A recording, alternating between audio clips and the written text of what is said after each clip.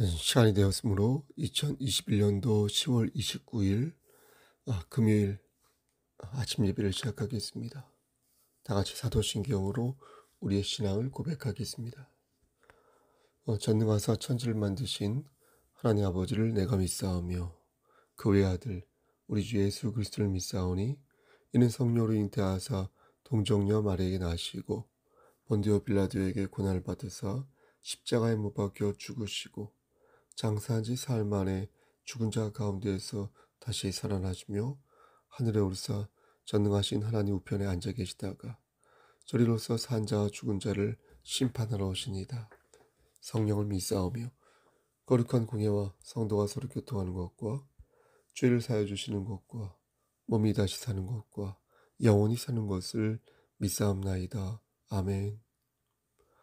거룩하시고 자비로우신 하나님 아버지, 하나님의 크신 사랑을 진심으로 감사드립니다. 우리를 하나님의 자녀로 선택하여 주심을 진심으로 감사드립니다. 그리하여 성령 하나님께서 우리와 동행하시고 우리가 때로는 빈약하게 살 때가 있지만 성령 충만한 삶을 살 수 있도록 늘 우리와 함께 하심을 진심으로 감사드립니다.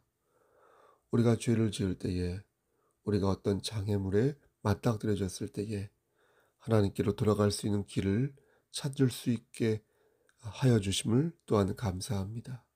그 어떤 경우에도 하나님을 열렬히 사랑할 수 있게 허락하여 주심을 또한 감사합니다. 이 감사한 은혜를 마음속에 담고 오늘 하루도 주 말씀 안에서 승리할 수 있도록 인도하여 주시옵소서.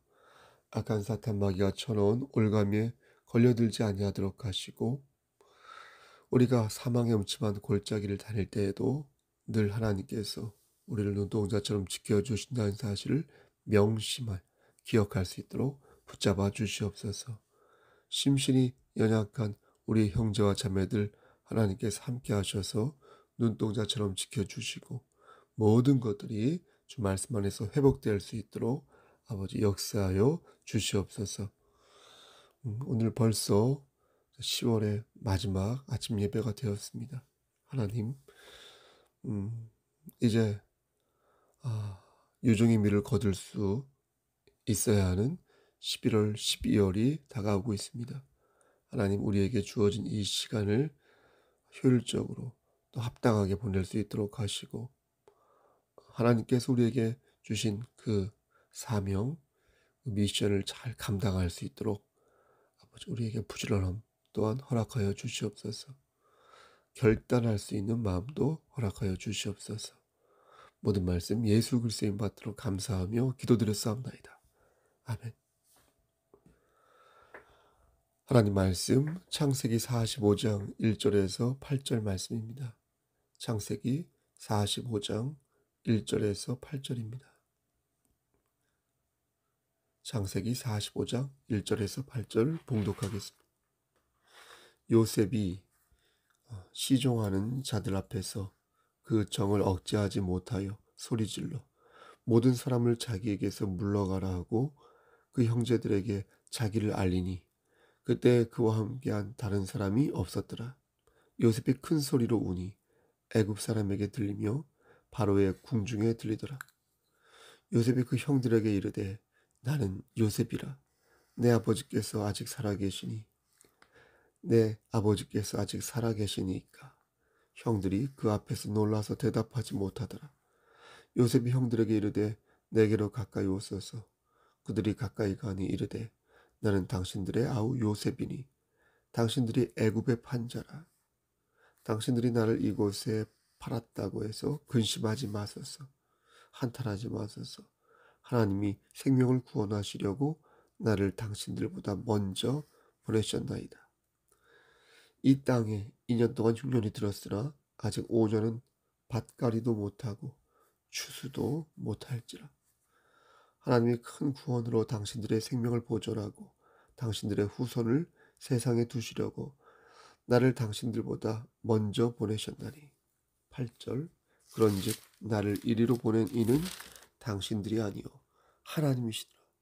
하나님이 나를 바로에게 아버지로 삼으시고 그 온 집의 주로 삼으시며 애굽 온 땅의 통치자로 삼으셨나이다. 아멘. 하나님, 우리를 이곳에 보내신 분은 하나님이란 사실, 내가 이 땅에 살아있는 이유는 하나님께서 주신 미션, 하나님 덕분이고 하나님 때문이라는 사실을 우리가 기억할 수 있도록 도와주시옵소서. 예수 그리스도인 받들어 감사하며 기도드렸사옵나이다. 아멘. 예전에 MBC에서 드라마 기황후 혹시 기억하십니까? 기황후가 장안의 화제였던 적이 있습니다. 꽤 오래전인데요. 당시 이 드라마는 역사를 왜곡하고 미화한다는 지적을 받기도 하였지만 어쨌든 아주 재미있어서 그게 전개가 역동적으로 진행되어서 시청자들에게 꽤 재미있는 드라마다라는 그런 평가를 받은 적이 있습니다. 거기에 나오는 기황후는 실제 원나라 황후가 되었던 고려의 여자였습니다. 아시다시피 이 원나라를 처음에는 몽골이라 불렀습니다.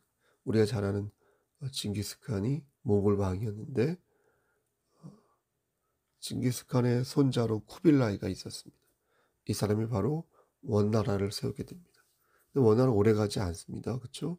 쿠빌라이로부터 109년 만에 멸망하게 되는데 그 마지막 황제가 바로 기황후의 남편이었던 순제였습니다.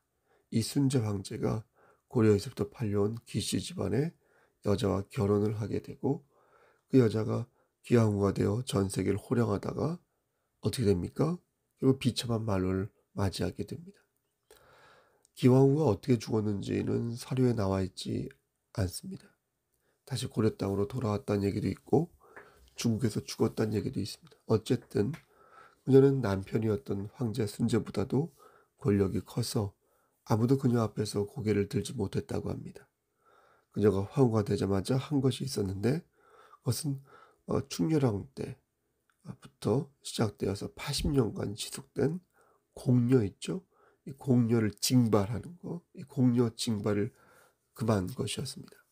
자신이 그렇게 팔려왔으므로 그 패단과 수모를 너무나 잘 알고 있었겠죠. 원 왕실의 궁녀가 되었을 때 겪었던 차별과 학대를 잘 알았을 것이고 그 과정에서 당시 순제의 제1황후였던 타나시리로부터 온갖 핍박을 받기도 했습니다. 기록에 의하면 타나시리는 질투심으로 이 기황후에게 수시로 채찍질하고 인두로 살을 지지기도 했다고 합니다. 기황후는 온갖 고초 끝에 황후가 되었고 전 세계를 호령하는 권력을 갖게 되었습니다. 하지만 그녀는 결코 고려를 위해서 그 권력을 사용하지 않았습니다. 그녀에게 있어서 고려는 조국이 아니라 자신을 팔아넘긴 무능력한 국가에 지나지 않았던 것입니다. 힘없는 나라가 국민의 행복을 지켜주지 못하는 것처럼 고려는 더 이상 기황후에게 의미 있는 나라가 아니었던 것입니다. 자, 이것을 길게 설명한 이유는 오늘 말씀을 이해하는데 하나의 흐름, 영감을 주기 때문입니다. 오늘 본문 말씀을 보면 요셉은 매우 잘난 척을 많이 하는 사람이었습니다. 그 잘난 척은 아버지 야곱의 영향이 컸습니다. 야곱은 요셉을 편애하였습니다. 그에게만 채색 옷을 지어서 입혔고 형들보다 그를 더 사랑하여서 질투심과 분노함을 불러일으켰습니다. 결국 요셉은 애굽으로 팔려가게 되었고요. 그 과정에서 그는 아마도 자신의 교만함과 미성숙했던 모습들을 돌아보게 되었을 것입니다. 기황후도 팔려갔고 요셉도 팔려갔지만 그런데 두 사람은 분명히 다른 삶을 살았습니다. 기황후는 분노와 탐욕으로 자신의 욕심을 채워갔지만 요셉은 환난 중에 역사하시는 하나님의 뜻을 발견하고 그 속에서 자신의 부족한 인격을 돌아보는 자세를 가졌습니다. 오늘 말씀이 그 내용을 담고 있습니다. 5절부터 8절까지의 말씀입니다. 제가 다시 한번 읽어보겠습니다. 당신들이 나를 이곳에 팔았다고 해서 근심하지 마소서, 한탄하지 마소서. 하나님이 생명을 구원하시려고 나를 당신들보다 먼저 보내셨다. 이 땅에 2년 동안 흉년이 들었으나 아직 5년은 밭갈이도 못하고 추수도 못할지라. 하나님이 큰 구원으로 당신들의 생명을 보존하고 당신들의 후손을 세상에 두시려고 나를 당신들보다 먼저 보내셨나니 그런즉 나를 이리로 보내이는 당신들이 아니요 누구다 하나님이시라. 하나님이 나를 바로에게 아버지로 삼으시고 그 온 집의 주로 삼으시며 애굽 온 땅의 통치자로 삼으셨나이다. 만약 요셉이 주님의 뜻을 깨닫지 못하고 주님의 깊은 섭리와 역사를 인정하지 않았다면 그는 이러한 고백을 하지 못했을 것입니다. 그렇게 되면 그는 많은 것을 가졌지만 결국 불행한 삶을 살게 되었을 것이고 그렇게 자신의 삶을 부정하며 비참한 말로를 맞이했을 것입니다. 그렇지 않겠습니까? 하나님의 뜻을 인정하지 않고 끝까지 자신의 억울함과 막 그릇된 정욕을 채우려 하는 그런 사람은 어떤 삶을 살며 마치겠습니까? 결코 아름다운 삶을 살지 못했을 것입니다. 비참한 말로를 맞이했을 것이다. 야곱의 12 아들이 받은 축복을 여러분 가만히 생각해 보십시오. 조금 특이한 점을 발견하게 됩니다. 그 주인공이 바로 르우벤과 유다입니다. 르우벤은 야곱의 장자였습니다. 그렇죠? 야곱이 마지막 유언을 남길 때 그의 아들 르우벤은 이렇게 설명합니다. 창세기 49장 3절 말씀을 보면 르우벤아 너는 내 장자요 내 능력이요 내 기력의 시작이라. 위풍이 월등하고 권능이 탁월하다마는 이렇게 말씀합니다. 르우벤은 장자로서 그야말로 위풍당당한 남자였습니다. 요즘 말로 상남자였습니다. 하지만 그는 아버지 야곱에게 축복을 받지 못합니다. 큰 축복을 받지 못합니다. 사실 르우벤은 유다와 함께 요셉을 살린 장본인이기도 했습니다. 창세기 37장 21절 이하의 말씀을 보면 르우벤은 요셉을 살리기 위해 그의 생명을 해치지 말고 대신 광야 구덩이에 던지자고 말을 하지 않습니까? 이는 요셉을 형제들의 손에서 이렇게 구출하여서 아버지에게로 돌려보내기 위함이었습니다. 이렇게 마음 씀씀이가 좋았습니다. 이 르우벤. 근데 야곱은 그런 르우벤을 그다지 좋아하지 않았던 것입니다. 왜 그런 것일까요? 왜 그랬던 것일까요? 그 이유를 창세기 35장 22절 말씀에서 알려주시는데요. 이스라엘이 그 땅에 거주할 때 보세요. 르우벤이 가서 그 아버지의 첩 비라와 동침함에 이스라엘이 이를 들었더라. 그러니까 야곱이 르우벤을 축복하지 않았던 이유는 바로 야곱의 첩이었던 빌하를 아들 르우벤이 범하였기 때문입니다. 르우벤은 이 일로 인하여서 아버지 야곱에게 온전한 축복을 받지 못하게 됩니다. 그는 자신이 받아야 할 여러 축복을 다른 형제들에게 빼앗기게 되는데 제사권은 동생 레위에게 빼앗기고 레위한테 가는 거죠. 그리고 통치권은 동생 유다에게 이렇게 갑니다. 나머지 상속권은 누가 갑니까? 동생 요셉에게 간다는 거예요. 그러니까 르우벤이 축복을 받지 못했던 이유는 하나님의 섭리에 그가 관심을 기울이지 않았기 때문이라고 생각합니다. 그는 자신의 삶 속에서 역사하시는 하나님의 섭리에 귀를 기울이지 않았습니다. 모든 것에 하나님의 뜻이 있었다는 사실을 그는 깨닫지 못한 것입니다. 원나라 황후 그 기황후처럼 르우벤은 자신의 탐욕에만 열을 올렸다는 거예요. 육신이 원하는 대로만 살아. 그리고 자신의 이익만을 챙기기에 매일 밤 눈에 불을 켰다는 것입니다. 그의 그런 모습은 그의 후손들에게도 이어졌습니다. 민수기 16장 말씀을 보면 고라당의 반역 사건이 있는데 이 반역 사건도 르우벤 지파가 가담을 합니다. 민수기 32장을 보면 요단을 건너기 전에 자신들의 땅만 차지하려다가 모세에게 책망을 받기도 합니다.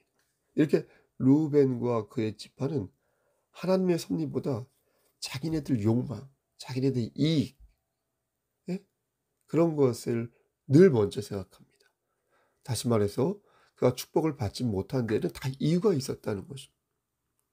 근데 유다는 그러지 않았다는 거예요. 유다는. 그는 적극적으로 요셉을 살리기 위해 애를 썼습니다. 형들이 요셉을 죽이려고 할 때 그는 어떻게 말합니까? 그는 우리의 동생이요 우리의 혈육이다. 창세기 37장 27절 말씀. 그러니까 유다는 마음이 참 너그럽고 온화했던 사람이라는 거예요. 창세기 49장 말씀을 보면 그의 아버지 야곱도 유다를 이렇게 평가합니다. 유다야 너는 내 형제의 찬송이 될지라. 내 손이 내 원수의 목을 잡을 것이요 내 아버지의 아들들이 내 앞에 절하리로다. 유다는 사자 새끼로다. 내 아들아 너는 움킨 것을 찢고 올라갔도다. 그가 엎드리고 웅크림이 수사자 같고 암사자 같으니 누가 그를 범할 수 있으리야. 창세기 49장 8절에서 9절 말씀. 여러분, 유다의 온화한 마음은 창세기 44장에 전격적으로 나타납니다. 요셉은 동생 베냐민을 애굽에 이렇게 머물게 하기 위하여 이렇게 꾀를 부리지 않습니까? 요셉은 베냐민의 그 자루 안에 몰래 자신의 은자를 넣어가지고 베냐민을 도둑으로 몰아세우지 않습니까? 당황함에 빠진 베냐민은 막 어쩔 줄 몰라 하는데, 그때 전면에 나선 이가 누구였습니까? 유다였습니다. 유다는 베냐민이 집에 돌아가지 않으면 형 루벤의 두 아들이 대신 죽어야 한다는 것을 잘 알고 있었습니다. 왜냐하면 형 루벤이 동생 베냐민을 데리고 올 때 아버지 야곱에게 분명히 약조한 사실이 있었기 때문입니다. 베냐민도 잃게 될까 봐 걱정하였던 아버지 야곱을 향하여서 루벤이 뭐라고 말하냐면 아버지 야곱에게 내가 만약 베냐민을 데려오지 못하면 대신 자신의 두 아들을 죽이세요. 죽여도 좋습니다. 이렇게 말을 했습니다. 그 사실을 알고 있던 유다는 형과 동생 두 사람을 위해 자신을 희생하였던 것입니다. 상식적으로 볼 때는 루벤이 남겠다고 나서하는 게 맞지 않겠습니까? 그렇죠? 근데 루벤은 어떻게 했습니까? 옷만 찢고 막 슬퍼했어요. 머릿속에 그림이 그려지시죠? 그런데 그 어떤 조치도 취하지 않았습니다. 실제적으로는. 울고 옷만 찢고 슬퍼했을 뿐. 근데 유다는 달랐다는 겁니다. 동생과 형을 살리기 위해서 자신이 이곳에 남겠다. 이렇게 말하였습니다. 실천적 의지를 보인 것입니다. 이 모습을 본 요셉은 형 유다의 마음에 감복하였고 이에 형제들 앞에서 어떻게 합니까? 드디어 자신이 요셉이라는 사실을 밝히게 됩니다. 유다는 이렇게 온유한 자였습니다.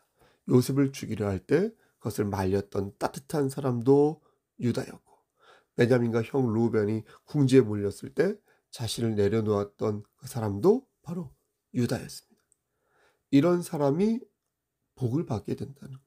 하나님의 복을 받게 된다. 이런 사람이 사실은 강한 사람 아니겠습니까? 여러분 잘 생각해 보십시오.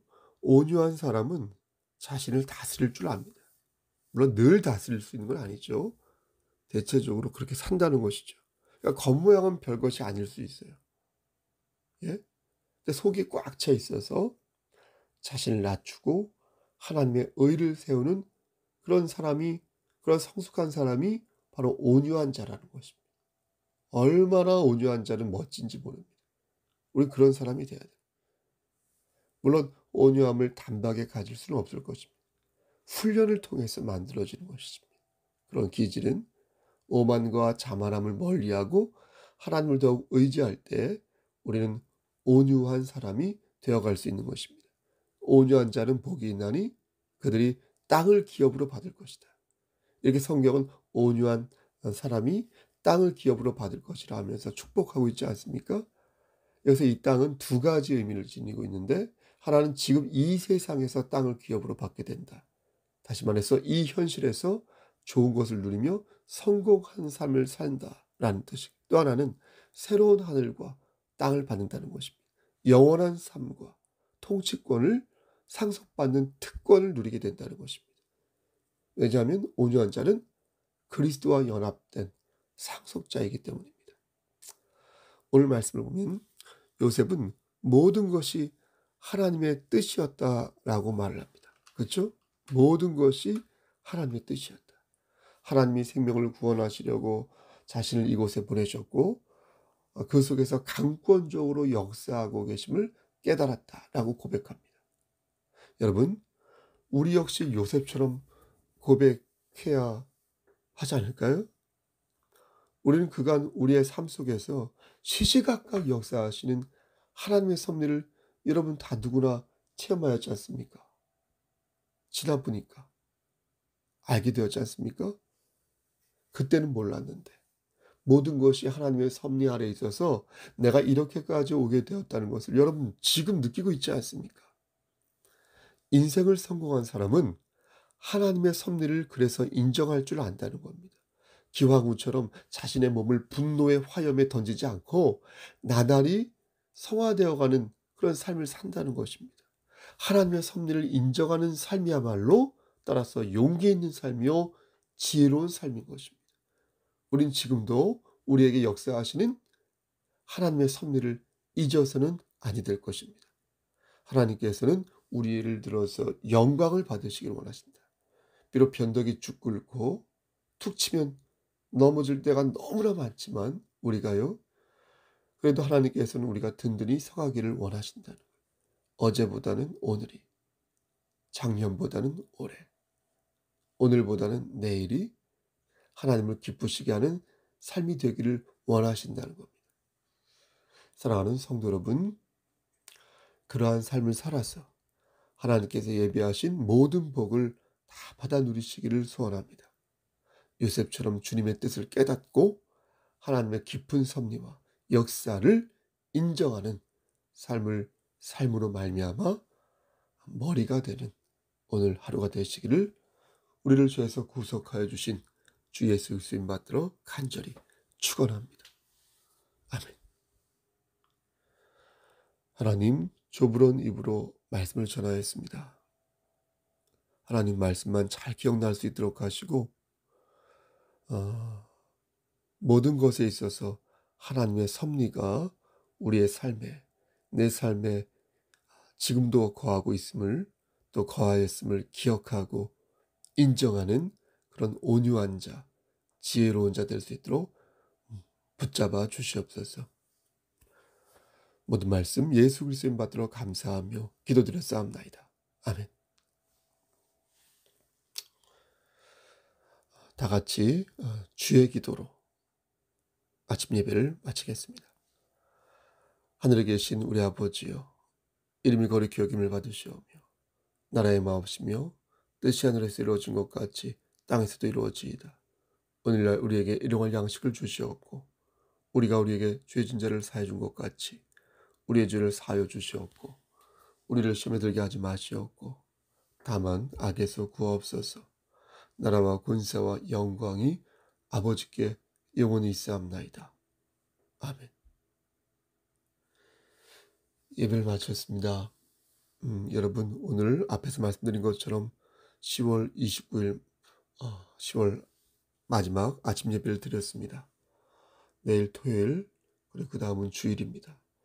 10월 마지막 주 회중 예배는 될 수 있으면 다 같이 대면 예배로 예배당에 나와서 예배를 드리면 어떨까요?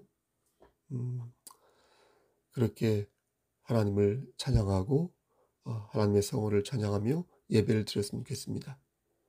물론 피치 못해서 나오지 못한 분은 비대면으로라도 꼭 예배를 드리시길 바랍니다. 여러분, 기도 제목 있으면 연락 주시고요. 그렇게 해주시면 감사하겠습니다. 여러분, 승리하십시오. 샬롬.